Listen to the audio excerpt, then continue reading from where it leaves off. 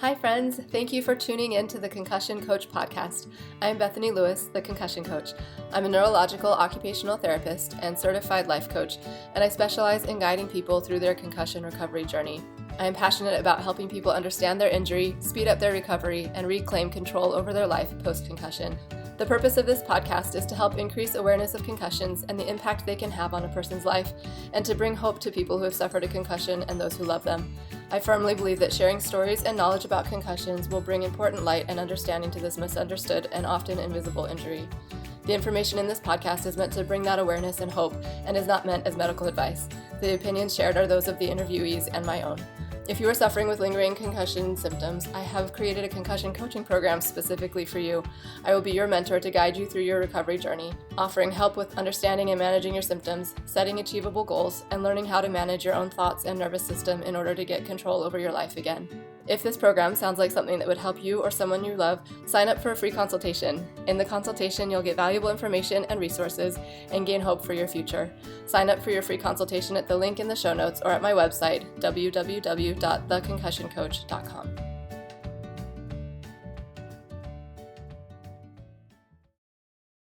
Hi, friends. Welcome back to the Concussion Coach podcast. I am genuinely so happy to get to introduce you to my guest today. I've known Steve Clapp for almost exactly a year now, which, to be honest, is crazy because I feel like we've known each other forever. He found me via an internet search and we ended up coaching together, and I've been so lucky to get to witness the progress he's made, and it honestly makes my heart so happy to see. I'm very grateful to have gotten to know Steve, and I'm excited for everyone listening to get to know him a bit today as well. So here is some more info about Steve. Steve Clapp is a retired marketing and finance professional from the Chicago area. After suffering a concussion in January 2025, he found himself dealing with persistent post-concussion symptoms that affected nearly every aspect of daily life. Visual overload, screen intolerance, sleep disruption, and visual vertigo made even ordinary environments difficult to navigate. Like many people with PCS, Steve spent months searching for answers while navigating a healthcare system that often felt confusing and inconsistent before ultimately finding providers and guidance that helped him put him on the right path to recovery. In this conversation, Steve shares how self-advocacy became one of the most important parts of his recovery. He discusses the setbacks, breakthroughs, and providers who helped him along the way, including NCX Brain Recovery and neuro-optometrist Devin Duvall. Most importantly, he shares a message of hope. Recovery is rarely linear, but with the right guidance, the right providers, and persistence, it is possible to get to a much better place. Steve's story is also a reminder that healing isn't just about treatment. It's about learning to navigate uncertainty, manage the emotional side of recovery, and continue moving forward even when progress isn't always obvious. His experience offers practical lessons and encouragement for anyone trying to find their way through post-concussion syndrome. So thank you so much for being here, Steve. I'm very, very happy for people to get to hear your experience and story here. Well, it's great to be with you. Thanks. So why don't we just jump right in and have you tell us Sure, about the injury? How long ago was it? What happened? Those kinds of things. sure. January 11th, 2025, ordinary Friday morning, and I decided I need to get something out of the garage. We'd had an ice storm 2 days prior, some light snow the day before, and as made my way on the driveway, my driveway is sloped down to the garage, and I fell, and because of the slope, I fell in a way where my head ricocheted off of the pavement. And it was one of those where I knew right away that it wasn't just bumping my head. And I had vertigo. It took me a while to collect myself, but I made my way down to the garage and took a few minutes and gathered myself. And I didn't know much about concussions at that point, but I had enough knowledge to know that I needed to go to the hospital because I needed to get a scan. That's about the extent of my knowledge at that point. But I did, and fortunately, there was no brain bleed or fractures of that nature. So I got home, and from the outset, I would characterize my concussion experience as having two phases. And the first phase lasted I'd say about 3 months. It started, so when I got home with a really, really bad headache, nausea, vertigo, sleep disruption, that lasted for a few days. At the time, I was working part-time at Home Depot, and I took a week off. I went back to work, and for the most part, integrated back into my life. I was able to work on screens. I was able to do just about everything that I was doing before. And I noticed after about 2 months when I was working, particularly in visually intensive type of activities, that I would have some visual fatigue after 3 or 4 hours. And I remember thinking, well, I'm pretty much healed from this concussion, but I do have this kind of this nagging thing, and occasionally I would experience some sleep disruption. It wasn't bad at that point. It was I would just wake up a few times at night. So this is where my saga sort of begins, and I sought out a concussion clinic. It's a really well-known clinic here in Chicago. I saw this person was a fairly senior person and explained, went to see them, had an appointment, explained what was going on. They did a cursory exam, my balance, looked at eye tracking, some visual stuff, and then recommended that I go see a vestibular therapist, which I did. And then the vestibular therapy, I would say I was in it for about six, let's call it 6 sessions. For the most part, there was a little bit of neck work involved because we weren't sure if I had experienced any whiplash. But again, for the most part, I was doing this therapy and then I was doing some of the exercises at home, mostly visual, and things were moving along. And I remember the last session, it was on a Friday, and this would have been around the probably end of April at this point. And for some reason, the therapist decided to get more aggressive with me. So the exercises that we did were different and more, I don't know, more involved, more complicated, and the intensity was much higher.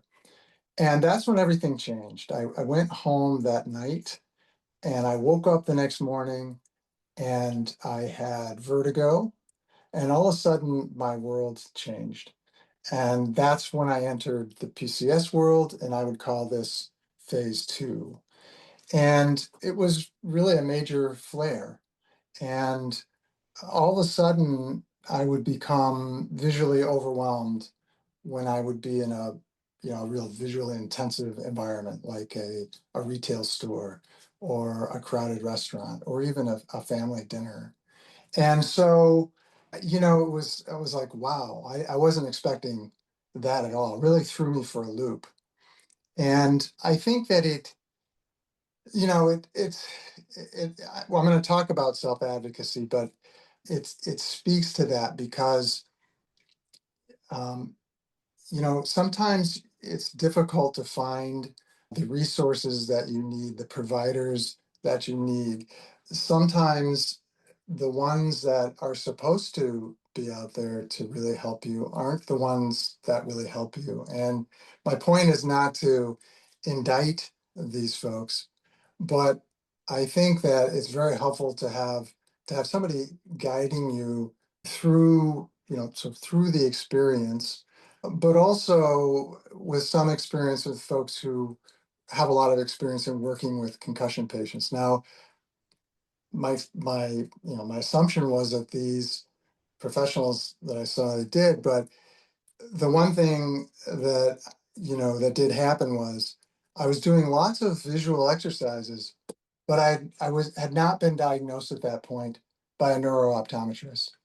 And that's just a flat out not right, at least in my mind. And so if anybody out there is experiencing visual impairment, visual issues, I would not be doing exercises, any kind of visual work if you haven't seen a neuro-optometrist. And I had not at that point.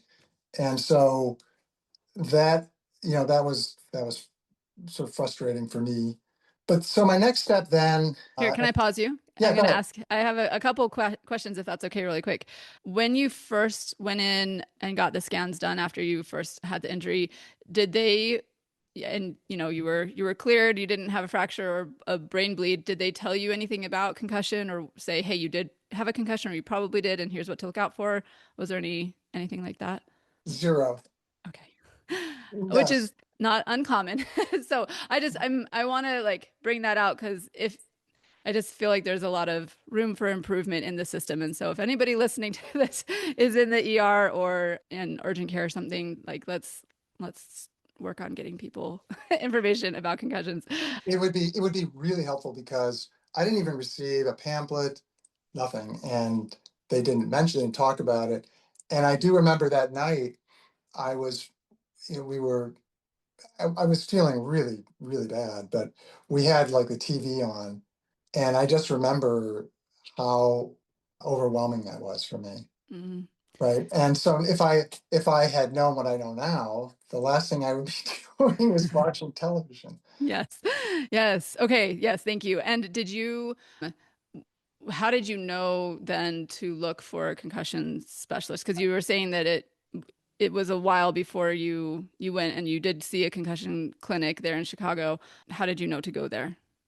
Right. So I'm really curious. So after the concussion, I spent quite a bit of time online trying to learn what I could to better understand, what is this injury all about? What do I need to do? So did you just know that it was like you figured it was a concussion since you didn't have a brain bleed? That must be the other Yes. thing. Okay. Yeah, I knew that I had a concussion based on the acute symptoms that I had experienced early on, and then some of the symptoms that I had been experiencing then moving forward. But they were very muted. I really felt like I was working on the last 5-10%.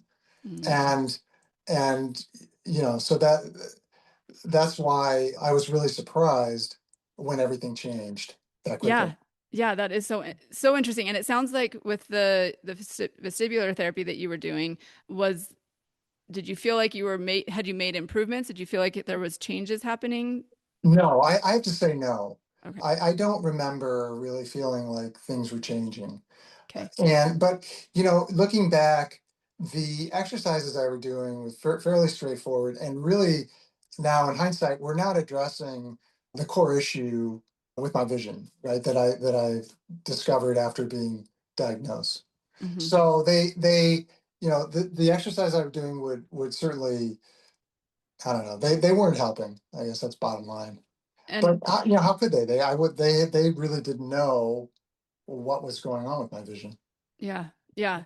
And that's I think just again all the professionals out there listening and people who are on the recovery journey just being aware that multiple this is the one of the problems that I see coming up over and over again is the siloed care. Like you go to one person who knows one thing and they do that, but the brain injury is impacting so many different systems, and it's really important to get help on all of those systems, and ideally at the same time, ideally with therapists who are either know all of it or are in communication with other people who are concussion specialists. So it is so complicated, and your story is not unique. And some Right. people go to vestibular therapy and they find a lot of improvement and they're like, okay, sweet, I'm good to go. And then there are a lot of people I think who go and it's like, okay, well, this was maybe one thing, but it didn't hit all the things that needed to be addressed. Yeah. And I'm just curious to again for the therapists out there who are listening, just it's good to be aware of where we in general are maybe falling short so that we can improve. So I'm curious, Steve, with your experience, was it the same therapist that saw you on that last session that you had been working with the whole time? Yes. And did they tell you why they were being more aggressive or more intense in their treatment? Or was it just like, No. okay, this is the end, so we're just going to push you hard kind of thing? No. And it was not the end. Like I think I probably had another maybe 3 or 4 sessions beyond that. It Oh, turned out to be the end because I didn't go back. I see.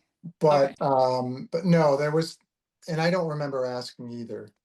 Okay. So yeah, that's another thing. Like, feel free to ask if you're the patient and if you're the therapist, if you're like, it's really that communication piece I think is so important of like, here's what we're Sure. doing, here's why, and let me know if anything's different for you in this experience with this, right? Like, I just think that that's so important. Yeah. Yeah. So thank you. I appreciate that. Okay. All right. Those are my questions. We can keep going. So Okay. phase two here, where PCS kind of reared its ugly head. Um, Yes. what was So that? then again, I went back to the well and I was doing a little bit more research, and I knew that my primary issue was visual. And so my symptoms would be visual overwhelm. So imagine yourself walking into a retail store or to a doctor's appointment, and all of a sudden just, your eye fatigue and just like, wow, I need to get out of here and I need to shut down. And then later on that night, I would have, sleep disruption. Early on in phase two, it was, I can't stay asleep. And it basically my nervous system was just not allowing the deep sleep cycle to kick in. So I'd sleep for maybe 45, 50 minutes and wake up. And so that just, it just became debilitating after time. It just didn't feel rested. So I decided then to get a diagnosis from a neuro-optometrist. Figure, all right, let me see if I can figure out what's really going on here. So I went to a provider here in Chicago, and this provider had a really unique way of diagnosing, you know, my issue, right? So there are different diagnostic philosophies. His relied on provoking the symptoms to identify the problem. Mm. And so what he did is he put me through a series of visual irritants, lack of a better word. And he would ask me, then, hey, rate this on a scale of 0 to 10. How bad is this one?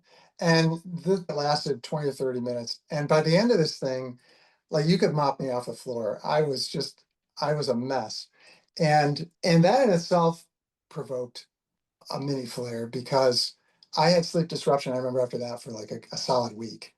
Mm. And and again, what's fascinating is I didn't wind up following his recommendation for therapy and working with him.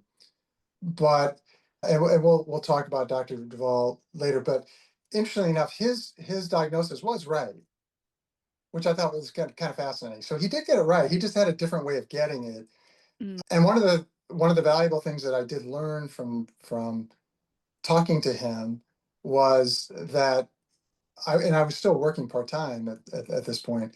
He said, if you're going to recover, you're gonna have to quit your job. And so this was part of phase two where now my world was starting to get smaller. Mm. And the thing about my job was it was just a part-time job, but I had been working there for 5 years and I had friends there. I mean, I really enjoyed it. I had a great supervisor and really, really liked my coworkers. And I literally had to quit overnight. I went in and just said, hey, I can't do this. And my supervisor, guy was awesome. I mean, he bent over backwards to try and make it work. For like 2, 3 weeks, he was, all right, well, don't do that anymore. Try and do this. And it got to the point where, I mean, literally, I would just walk in and kind of stare at the shelf because that's all I could take.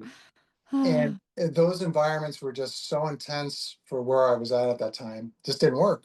Mm. So I quit my job, and now I'm kind of lost, right? Because I've gone to see three professionals.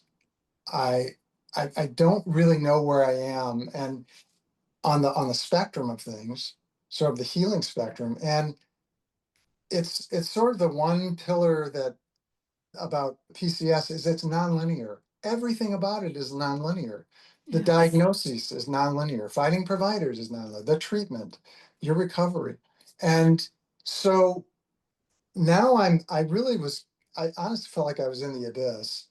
Mm. And what was happening was that events, like I would go to a store again or a doctor's appointment, and my triggers were getting shorter and the symptoms were getting more extreme. So I remember one time I I spent maybe an hour on screen doing some stuff on a computer screen, desktop computer. And then I went to the hardware store to pick up some stuff for a project. I spent like an hour there and it triggered my symptoms. And I didn't really feel terribly overwhelmed there, but then what happened is my sleep disruption then moved from, hey, I can't stay asleep to now I had insomnia. I couldn't go to sleep. And there were nights where I got zero sleep, where literally I would sit there and just stare at the wall. And then I'm up, hey, 5 o'clock, I might as well just get up. Oh my And gosh, that's so miserable. it's really tough. And this was right before, that that I started working with you. And it was tough because July 4th was coming up. We had to cancel our family barbecue. So that didn't happen. So things are starting to fall off my Hmm. life. My life's starting to get pretty darn small. I'm listening to, audiobooks, in a quiet room. There wasn't much that I could do without really provoking the symptoms. And so that was tough. That was probably the toughest part when I talked to you, because I think for me, the two of the most important components were hope and expectations. And when I came to you, I was just starting to lose hope. I'm like, I feel like I am, sort of walking down the right path. I'm seeking out the right providers, but it's just not working. Hmm. My expectation was that I was going to, recover, to get better, and none of that was happening. In fact, I was backsliding. I was getting worse. Yeah. Yeah. Thank you so much for sharing this. I think that will be so relatable for people just to hear, and it would be so validating for people. And I think they'll relate that your world getting smaller, your life getting small. I think it's participating in meaningful activities is what gives life its meaning, right? Like being able to Sure. do the things and engage. That's like, and so it makes a lot of sense that hope is dwindling and not knowing what expectations should be. Like that is one of the things about this injury that is so challenging. And I just think you're speaking to it so well. Thank you for sharing that. And and don't worry, guys, we're going to get to a hopeful place, but it's just Yes. it is so real, and I want people to know that and feel that. Like it just is heartbreaking. And when you're talking about the I want to just say too, point out that you mentioned your supervisor who was like bending over backwards for you, trying to make it work for you. I'm so grateful for people out there who like you have a good community, you have good support, but even then you still need the right kinds of support. And it sounds like I'm so grateful that they were, supportive and helpful and did the best that they could. But yeah, it does matter the type of help that you get for recovery. But I mean, obviously for the emotional and mental part, that is very wonderful to have loving and supportive people. But this is a real and a very challenging thing. So thank you for speaking to that. I also want to ask you really quick before you go on with the insomnia and the sleep disturbances, disruptions. Did you was that something that you knew automatically was related to the vision stuff, or did you seek out, like, talk to a doctor about sleep medication, or like trying to get help No, on just specifically for the sleep issues, or did you know that it was related to the vision? I knew that it was part of what I was going through, because it had evolved over time. It Mhm. started off with, not being able to stay asleep to not being able to go to sleep, and it was on a continuum. Yeah, and not being able to go to sleep is really tough, because there's a certain amount of anxiety that's a part of that too, or becomes a part of it over Yeah. time, and that's challenging. Yeah. I Yeah. know. So When you say like getting zero sleep, my mind first goes to like, I remember when I was a little kid and going to a sleepover and being like, we're going to do an all-nighter. We're going to stay up all night and thinking that was so fun. And like, I think I did it once and I was like, oh, I'm so tired the next day. And then it's like, no, it's not actually fun. It's not a good exactly, idea. So it's exactly. not a party when you can't go to sleep at night. Yeah. Okay. Sorry. Continue with your story. You're doing a great job. Oh, no problem. So, okay, so that's the point where I don't know, I had this notion that I can do this by myself, but that became pretty clear as I got into this spider's web, that I could do it. And that's when I reached out to you, because I felt like, wow, I need help, right? I need a guide who can guide me through this process. And the one thing, so that's when I started working with you, and which was, I would say, probably the most important thing that I did in my recovery, because it went beyond, um, getting on the right path as far as, healing goes. But well, let me take that back. Finding the right providers was really key, but the healing recover also requires thought about how you structure your days and, how to work with your nervous system, because my nervous system was so messed up at that time. And, that was really key, was trying to do what I could to stabilize it. Right. So that's when so we started working together. And I think one of the things that was really, really helpful that we did was, you really encouraged me just really simply, like, okay, you gotta get out of the house, Steve, right? Like, because I just, I think I was just so tired of the insomnia, and I developed this anxiety around it, that I'm like, you know what, I'm just gonna listen to audiobooks today. That would be it. And you're like, no, you need to go out. What do you like to do? Right? It's like, let's go back to square one, Steve. What do you like to do? And so, yeah, so I started gardening again, and I started doing things that gave me joy. And so that very, very important. And it became worthwhile, even though it might have an effect on my sleep. It was like, that's okay. Mhm. You're starting to feel like you're alive again. So that's good. Yeah. And then we started from there. We started launching in. Okay, what are the big pillars going to be in recovery? And that's when we talked about. I think at that point I knew that a concussion clinic was something I really had to think about seriously. And I knew that I had visual issues, but I also knew that, just doing visual therapy was not going to be the answer to it, right? Because, Mhm. as I mentioned before, my nervous system was so messed up that it was going to require more than just vision therapy.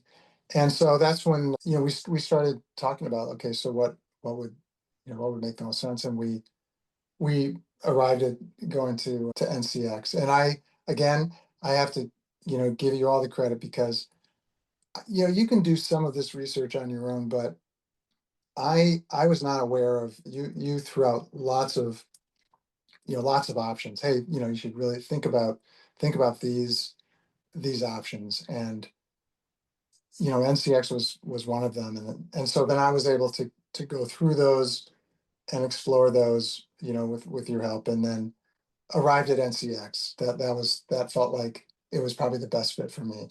Mhm. Yeah. Thank you so much for sharing that. I do feel like that the physiological piece is key to recovery, and it is. I'm grateful to know of a bunch of places. There are a lot of places out there that can provide quality help and in a way that makes a difference. And so, yeah, and through your research of the things that I shared with you and others, that you were able to find something that was effective. So yeah, I that is it is key, and I Wow. appreciate that. Thank you.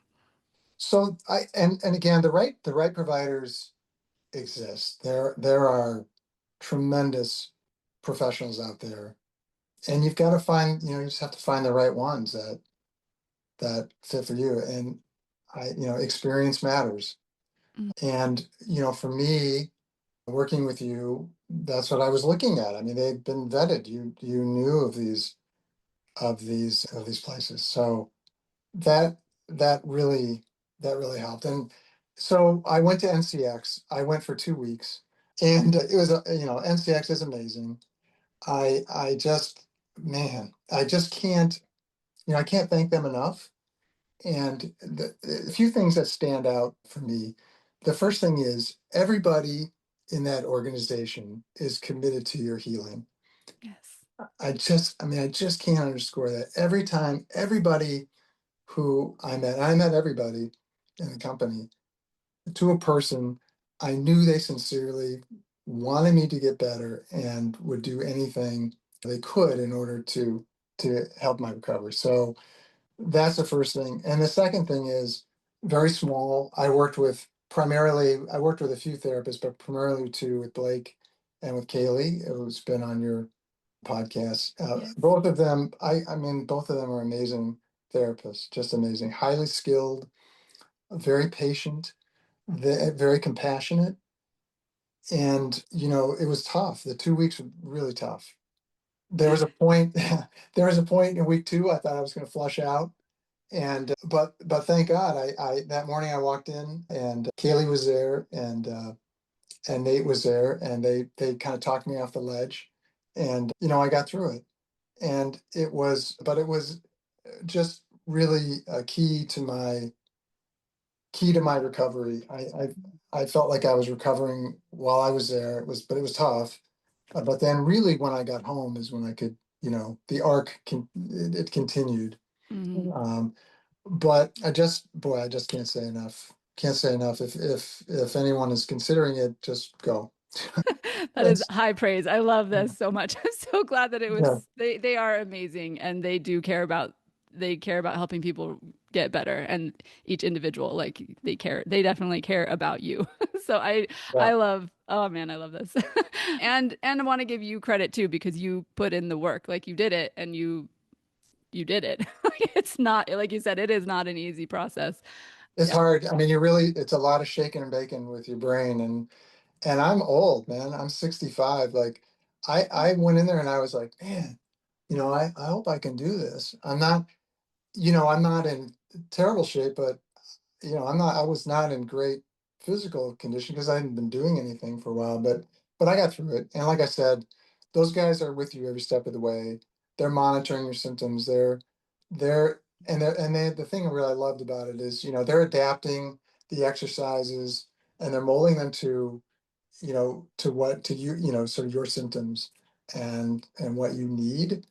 And then, Kaylee's amazing. Like, she's, you know, suffered through a number of brain injuries. So she knows the stuff personally, which was really helpful for me. I spent a lot of time asking her questions, really trying to pick her brain because she just has such a wealth of experience. So Mm, so anyway, that was a key to my recovery. that's awesome. Thank Yeah. you. And so you did that for 2 weeks and then you went home. I did. So I had a pretty good sense when I was there, and she had been a vision therapist beforehand, and she just encouraged me, and sort of like it was sort of like, Cliff, go home, take a month, take some time, and see where you're at, because I had a feeling that I was going to need vision therapy, that we weren't that there was some work to do beyond what I had Mhm. done at NCX, and so that's what I did. I went home, I spent a month, and I was a lot better. I felt better. I was sleeping better. My nervous system had was in much better condition. But I did know that, okay, I'm still feeling some issues with my vision. So that's when I decided that, and again, working with you, it was like, okay, there are a few choices out there for a neuro-optometrist. Who should I work with? And ultimately, the answer became pretty easy for me. It was Dr. Duvall. And if anybody listening, who, if you've got some challenges, you've done it, Bethany, you've done at least 2 or 3 podcasts with Dr. Duvall. Yeah, me too. Listen to the podcast. That's what I did. So Dr. Duvall is amazing. I mean, that guy I mean, he's just amazing. Mhm. And so what I did, I went out, I went back to Provo, I did a evaluation with him. And so his style, he didn't he didn't sort of provoke my symptoms. He really spent the time to understand how my vision was communicating with my brain and then Mhm. coming to a diagnosis that way. It was it was like I just remember him saying, he said, okay, here's what I think is going on. And my vision or visual issues were around my peripheral vision. And I just remember saying to him, well, is that something that we can improve on? And he just said with the most confidence, oh yeah, yeah, we can do that. we're not going to get you back to 100%, but our goal is to get you like 80%. And, that was like getting a cold glass of water in the desert, right? I was just like, wow, awesome. And so, there's a couple ways that I could have worked with him. One was, I live in Chicago, he's in Utah, so I could have done it over Zoom virtually, but the type of therapy that I needed didn't really lend itself well to that style. So I decided to do what he calls an intensive. So I went there for 10 days roughly or so. We did 2 sessions a day.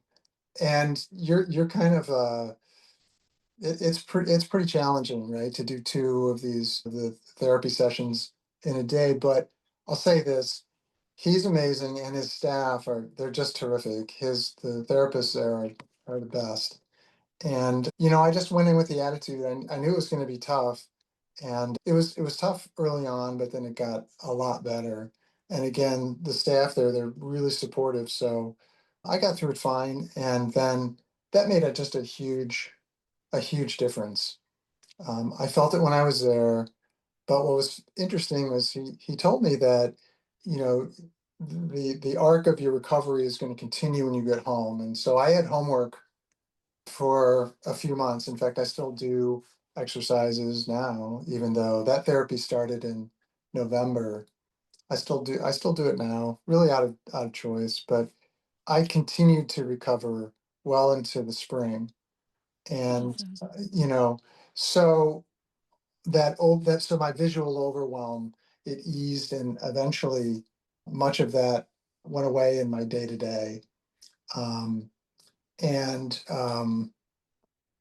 my sleep improved dramatically. So there would be times where I would, and I still do have some triggers that will trigger insomnia and sleep disruption. What's fascinating now is that I get a neural response more than a physical one. So I don't even feel the visual overwhelm piece, but I'll get a neural response where my nervous system is kicked into sort of the sympathetic side, and I can't sleep, right? But Mm, that's rare now because I'm getting more experience with it, and now I avoid the bad neighborhoods where I know if I go there, I'm going to have a problem.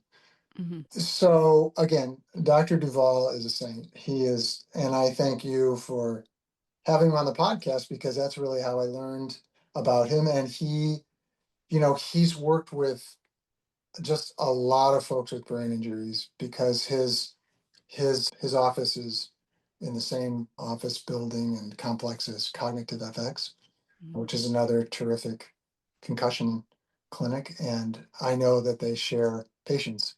So he just has a lot of experience that he can fall back on. And so another one who very key in my recovery. Mm. Beautiful. And again, this is, yeah, I will link the episodes that he was on this podcast to in the show notes as well, because yes, it is. I would love for people to hear that. He is great. And it does make a difference to be with someone who has experience working with people with concussions. They've seen it, they know, like he was like, oh yeah, we can help that. Like it's so nice. Like you said, it's so refreshing to be like, oh, good, and you can help me. This is a big deal.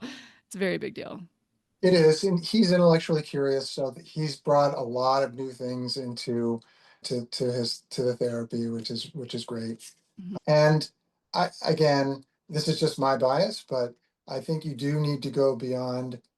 You certainly want a board certified neuro-optometrist, but I would just encourage you find somebody who has worked with concussion patients because I mean, Dr. Duvall works with a lot of different patient groups, right? A lot of Yeah. children and a lot of people who've not had brain injuries, but his experience is invaluable in dialing in, figuring out, okay, what's going on with you, and then figuring out what's the diagnosis and what's the appropriate therapy. Mm. Yeah, absolutely. Thank you. And can I ask you I know that you, at one point we were talking, I think it was after you had gone to NCX, but tell me if I'm wrong. I just remember you saying, I just need to take a break from concussion stuff for a little while. Yeah, that Tell was me after, about that. that was after NCX. Okay. Yeah. NCX or wherever you decide to go, it's challenging, right? Because you're really um, you're leaning into your symptoms. There's no two ways about it. You're doing things. At least I'm doing things I've been avoiding for a while. Mm, So yeah. and your nervous system. Honestly, like what? Like what are you doing, man? And so that part is really tough. And I remember getting back. I was like, okay, I just need to like kind of chill out here, and I wanted to stop thinking about it as well, right? Because I think that is one of the challenging emotional components of this is managing your emotions, right? It's the fear of relapse. It's constantly this stuff that I was guilty of, constantly monitoring your symptoms. And I just remember, I would be at a store or somewhere, I'm thinking, wow, did I just get triggered? Is that, oh, am I not gonna be able to sleep tonight? And that was going on a lot, kind of 24/7. And so anyway, I needed a break from that stuff. Were Yeah. you able to take it one? Were you able to just be like, Yeah, I'm just going to live my life and not think about it for a little while? I did. Good. And my family's really supportive. And I think I know my son got really tired of me talking about my concussion all the time. So he's like, dude, stop talking about your, right? Because I would read some really interesting research paper, right? And I'd be like, oh man, check this out. And they're like, nah, I'm good. So yeah.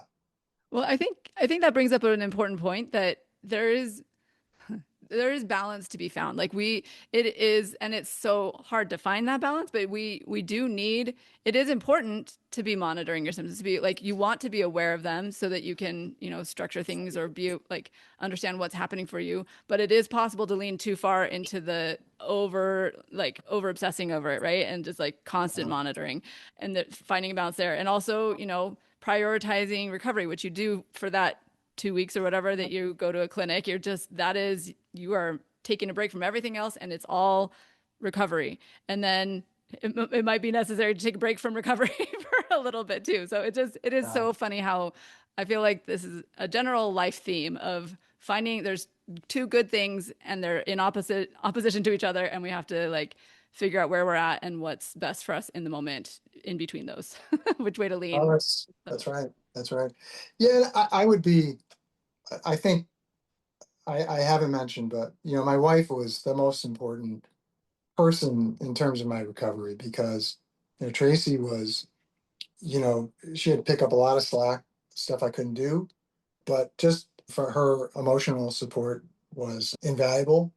And there were periods where I remember one period where I counted up my sleep and it was like 3 hours. I'd slept for 3 hours in a 72-hour period. And I was just, oh my gosh, it was just so hard. And you're not easy to live with in those times. It's very hard sometimes to communicate. But she was just really always by my side. So that was, I would say, yeah, the most important part of my recovery. And the one thing I did do, and again, we're just really lucky in that we had good insurance, so it was not expensive. As I found a therapist to help me through that time, and it was really with communication, I would say primarily, like a, because a talk therapist, you mean? a talk therapist, yeah, Okay. For you and your emotional. wife, like an emotional, yeah, like, Yeah, it was really for me because you know your loved ones don't really know.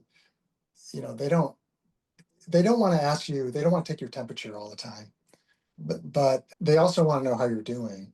And so for me, managing communication with them was important, and it was something I was not good at. So having someone help me process my emotions, but also then also help me like, okay, like you might want to try these things. I mean, they're simple, and you and I had talked about them too, which is just having some way to communicate with. with your loved ones, right? Well, hey, today, today I'm feeling like it's a 1 out of 10. It's not good. Mhm. Or today, hey, it's an 8 out. I'm feeling much better. Just so they can get a sense of how to, to work around you, to live with you, if you will. Mhm. Yeah, the communication is so important and a a challenge without brain injury, but then add a brain Yes, injury in, it's yes, even harder. yes. So, yeah, yeah. Oh, I appreciate you sharing that, and thank you for being vulnerable and sharing all of that. The therapy I've yeah can be very very beneficial in all these things that you're saying. So that's I'm so glad you're able to do that. And your wife is amazing. We got to do a session together as well. And Yeah, you she's did. so great. And she loves you so much. Like it's always, I always feel inspired by when I get to talk to my own clients and then their family members. It's to see, it is, it takes a toll on everybody. This injury Mhm. it impacts every single person who is close to the person who had the injury. And it's, but it's so beautiful to see, the love and the trying to support and trying to figure out how to support themselves while supporting you. Like it is not easy, but it's beautiful to see people who are doing it. So thank you, Tracy. Shout out to Tracy. She's amazing. There you go. There um, you go. so good. So yeah, so at this point, I have been doing a lot better. I'm a real college football fan, and so one of the things I had to give up last year was most of the season. That was part of my world getting smaller. But I did manage to go to one game in November after I'd come back from seeing I'd come back from NCX and come back from seeing Dr. Duvall for my therapy, and I did go to a game, and it wasn't perfect. It was a happy a night game, big stadium, a lot of people, A but I lot of got through lights. it, a lot of lights, but I got through it, which was awesome, and I was able to sleep a little bit that night as well, which was nice, and so. Um, I have done some things like that, and my day to day is really kind of back to normal. Like I can go to retail stores and I can go to doctor's appointments and I can do the stuff I did before, which was terrific. I am going to go back to see Dr. Duvall in July, and we're going to do a little more therapy. I still have there's a couple of things that still trigger me, and so I'm going to try and work through those. Awesome. But overall, yeah, it's really good. Yeah, so when we got on the phone today and I was like, "How are you?" It was just such an enthusiastic, "I'm great." I'm like, Yeah. "Yes, that is the best thing Yes. ever." I'm so happy. And it is huge. Like the fact that your day to day is normal, like you can do a day and feel okay, like that is a really, really big deal and a huge cause for celebration. So, and you put in the work for it, but it's just beautiful to see that it is possible and that you can get there. Like I'm so happy, so happy for you and for you to be sharing this. I want people to hear that it matters to know that it's possible. Yes, and I'm the first to tell you that sometimes improvement does feel elusive, but it does happen. Even when it was bumpy, I was still moving in the right direction. There were days when I feel like I was having relapses and moving backwards, but it's one of those things where you kind of have to look at it in hindsight, and you can see how things have progressed, right? How they've gotten better. Yeah.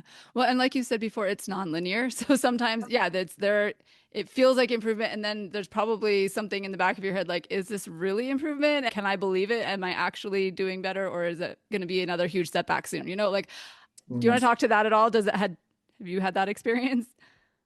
Oh yeah, yeah. Yeah, you mean like yeah, feeling like you're going backwards. Well, yeah, or even just like letting yourself believe that you are improving because Yeah, of the fear that there might be a backslide. But and again, there may be some, it's nonlinear, it's up and down. And so, but yeah, the general trend is upward and you see gradual improvement of like, oh, okay, today I was okay. I could do my normal stuff and I slept okay. And then tomorrow, oh, it happened again. Maybe I can believe this. Like it just, it's That's probably that's gradual. a good way. That's a really good way to put it. Yes, there are days even now where I feel like I'll wonder, like, I wonder if I did a little too much of that. And then 9 times out of 10, the answer has been no. Good. I'm fine. So, but there's a lot of that. There's a ton of that, and more early on in the recovery and the healing process, Mm. particularly like when I was at NCX. It was, boy, it was like popcorn. I was just all over, like good, bad. Yep. Yep. And then but it was generally moving up, and it was helpful. The therapist would remind me, like, no, like from where you started, right? You've made huge strides. Yeah. So Yeah. It's helpful to have outside eyes on you to remind you and to be able to say, oh no, here from my perspective, let me see, tell me you what I'm seeing. That yes, can be helpful. And it was so good to see you when you were out here. I did get to go down and we got to play play some games together. It was that's fun. right. Yeah, It was good times. Yeah, no, therapy's so fun. Maybe more fun for the therapists, but it is definitely. fun. Yeah, Um, definitely. no, but I love that. Thank you. And tell me if you could go back in time and give yourself advice back in the early days of the injury and the recovery, what would you tell yourself? Right. So I remember early on it was probably our first discussion where you would say, no, that there is hope, and you will recover. And early on, I don't know how much I believe that. And I think I would go back and just say, you've got to be more positive about this, right? And I think I was too negative. And so that's probably what I tell myself, which is just, no, you have hope, right? Yeah. Well, Yeah.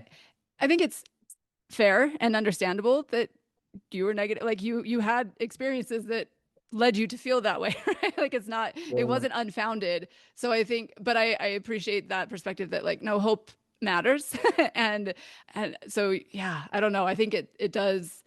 um if you can leave the door open for hope, at least, right? Like even if you're feeling Yeah. negative, if you're not feeling it, you're like, I don't see how this is even possible, but like, okay, but maybe.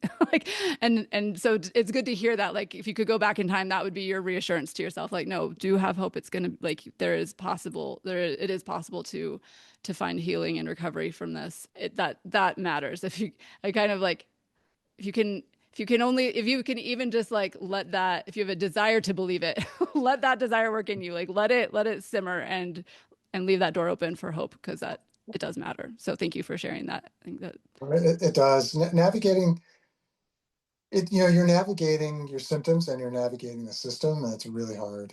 so hard. And that's why I just think having a guide like working with you that makes such a big difference, because system is not, my son has gastrointestinal issues, GI issues, very similar to PCS. And I find my experience kind of valuable, or a little bit valuable, in just understanding what he's had to deal with. And again, it's, our system is just not set up for this, right? We're used to, break your leg, get an X-ray, get a cast, go to therapy, hey, you're done. Mhm. And then on top of that, nobody really understands. That's the wrong way to put it. There's not great awareness or understanding of what PCS is. So when you cancel your cookout, or when you can't join your friends, and like I remember I was in last May, my son graduated from college, and I managed to kind of drag myself through the commencement ceremony. It was in a darkened commencement hall with bright lights, and I was just like, wow, I had my eyes closed through a lot of it. And then we went out for dinner later on, and I'm like staring at my plate, because I got to the point where I just couldn't, right? I just couldn't, I was so overwhelmed. And I think that, it's tough because a lot of folks just really don't understand what you're going through. Mhm. And so they're kind of looking at you like, hey, why are you Debbie Downer? And I'm, Right. all right, Right. like because I'm a puddle on the floor right now, right? I'm just like, I'm dying here. So anyway, those are specific challenges to this. It is really a tough. Yeah. Yes. And this is part of why this podcast is existing. And also, I'm so grateful that you're willing to share your experience because I think the more we can get this out there, hopefully we can raise things up so that there is more awareness and people can be better informed and understanding because it does, yeah, we still have a long ways to go. I do think that positive changes are happening. There is more awareness in general and things are shifting. So thank you for being part of that shift. I think that Mm. is important. I would love to hear what your advice would be or your suggestions to the loved ones, the people who are helping the people. So speaking of people not understanding, what would you say to the loved ones here? Wow, it's so tough. I guess you just have to be. I don't have a lot of advice, unfortunately. I wish I did. I saw this question and I thought, and it just kind of stumped me. I guess you have to bring out your best patient and loving self because it's just really tough. And I guess don't be shy about getting help for yourself. You know, Yeah. and I think the communication piece is really, really important. But it's really challenging. It's obviously challenging for the person who's dealing with it, but it's also really challenging for the loved ones too. Yeah. Yeah. Do you have any ideas or suggestions as far as communication? Like what worked well for you guys? Mostly the simple stuff.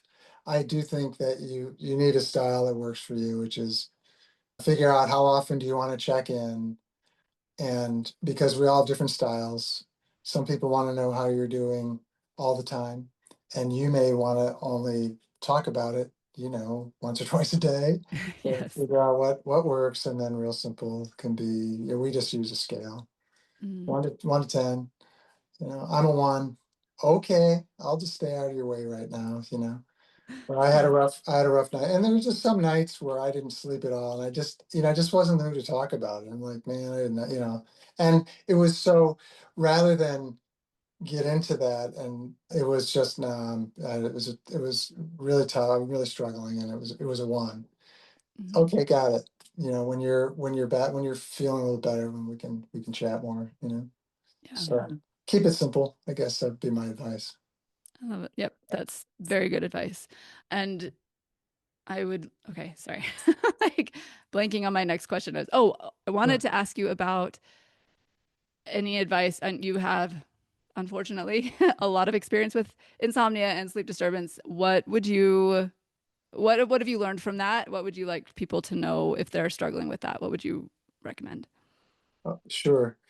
So it's interesting. You were very helpful in this regard around, working with the nervous system. So lots of breathing exercises, using the Resemax. My case, and everybody is going to be different. I highly recommend doing those things. They're helpful. What I found with my issue was that I could not, there's only maybe a couple instances I could think where I could actually change the direction of where things were going. So in other words, if I was experiencing insomnia, I was not going to sleep. I could do all of the breathing exercises. I could do them all night, and it just would not change things for me. And so what worked for me was we kind of came up with a mantra, Tracy and I. It was, it's just one night, and that's what I would just tell myself. And it was sort of just the grace of saying, you know what, it's just one night, and I'll get through this.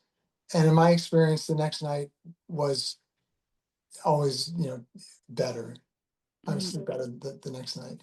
So that's that's what it was. It was just sort of like, okay, I'm not going to allow this. I'm not going to get upset about it. I'm not going to feel the anxiety about it. It's going to happen. It'll be better tomorrow, and just get through it. But so there weren't. I didn't have magic cures that, you know when my nervous system was dysregulated, and when the cortisol was rocking, I wasn't going to sleep. Mhm. And I think over time, I was at peace with that, and I didn't, I was still tired the next day, but I wasn't upset about it anymore. Yeah. Okay. Thank you. I think that's so important. The just that idea that, there are things that you can try, things that may help, and I think were helpful sometimes, but knowing that sometimes the nature of the beast and this injury and your personal body and nervous system and experience is going to be that it doesn't work out the way you're hoping. All of the Mm, tricks don't work sometimes, and if that's the case, then learning to I know I want to I don't the word acceptance accept it might not ring well with some people, which is fair. But yes, really that is the key to it, of like, if you cannot add a whole layer of hard on top of what's already hard by thinking it shouldn't be yes. happening or what's wrong or how, like, being mad about it, like that just, yeah, you're still going to be tired, but you don't have to have all of the anger and the other stuff on top of it, which I know is so much easier said than done. And I know it was a long process, but the fact that you were able to get to that and that you can talk about it, I think is important and hopefully helpful for people to hear. Absolutely, absolutely. And there's two quick things that helped. Walking was very helpful for me.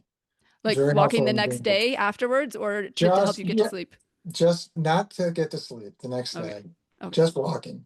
And I started walking, and I remember, I can't remember who, it was one of your podcasts, but someone was talking about how walking was an integral part of the recovery, and Mm, kind of adopted that myself. And so I just started walking every day, and it did help me a lot.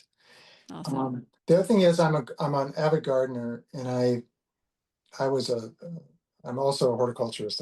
And so the one thing I've learned over time is that being in green space is very calming Mm, for the brain. So I would also encourage people to, if you have a park, an arboretum, a botanical garden, go there.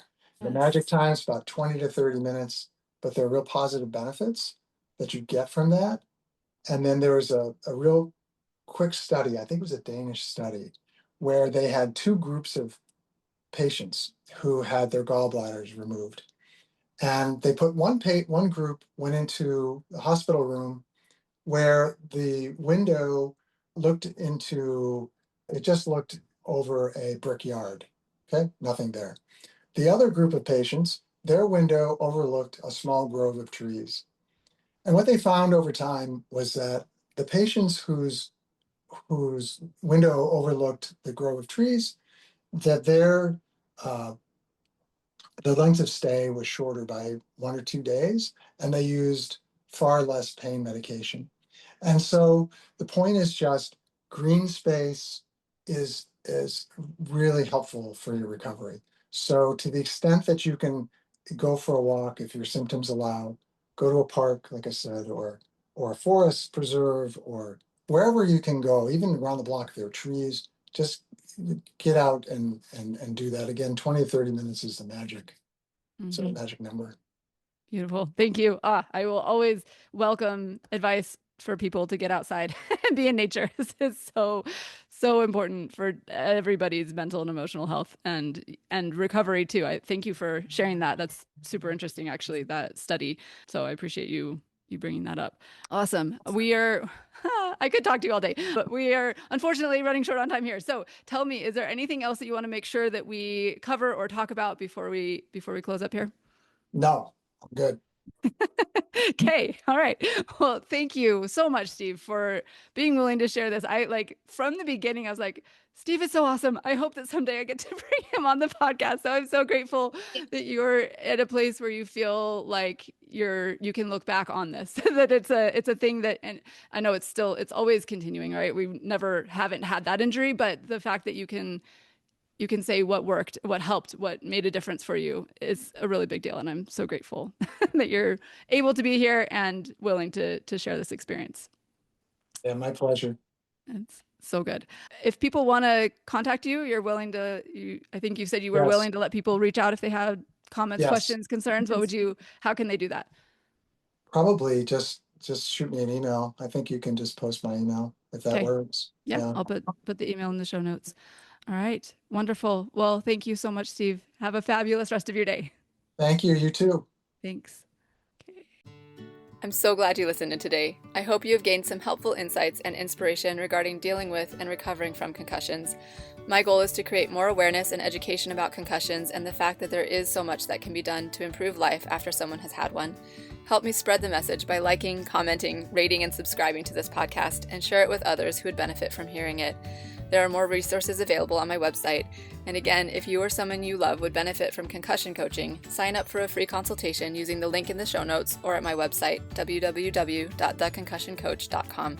Thank you. See you next time, and take good care of that amazing brain of yours.